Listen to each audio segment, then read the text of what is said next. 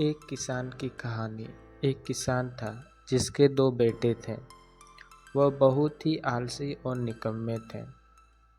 वह अपने पिता को कामकाज में हाथ बटाने के बजाय आलस किया करते थे, इधर उधर घूमते फिरते थे। किसान को अपने बेटों की बहुत फिक्र थी। वह सोचते थे कि मेरे मरने के बाद इनका क्या होगा, यह अपना पेट कैसे भरेंगे, अपने परिवार को कैसे संभाल पाएंगे। एक दिन किसान की हालत बहुत ही गंभीर थी। कहने का मतलब किसान मरने की हालत में था। तभी किसान ने अपने दोनों बेटों को बुलाकर उनसे कहा कि हमारे खेत में एक खजाना गड़ा हुआ है, लेकिन वह किस जगह है उसकी जानकारी मुझे भी नहीं है, लेकिन खोदने के बाद तुम्हें वो खजाना मिल जाएगा। इतना कहकर किसान भगवान को प्यारे हो गए।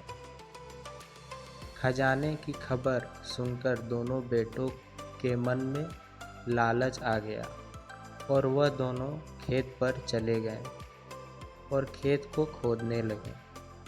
खजाने के लालच में कुछ ही दिनों में पूरे खेत को खोदने के बाद वह घर जाकर बैठ गए और वह अपने पिता को कोसने लगे। इसी तरह कुछ महीने बीत गए और वर्षा ऋतु का आगमन हुआ।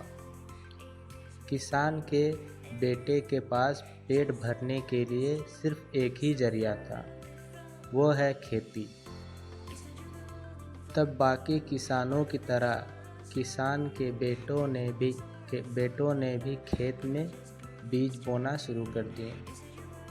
वर्षा का पानी पाकर वह बीज अंकुरित हुए और देखते ही देखते खेत लहराने लगे।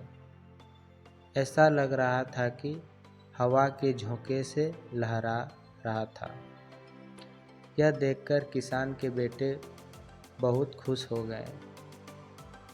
उनको समझ आ गया कि परिश्रम ही सच्चा धन है और वो उसी तरह से अपने पिता के शब्दों का मूल भी समझ गए और अपने काम काज में लग गए।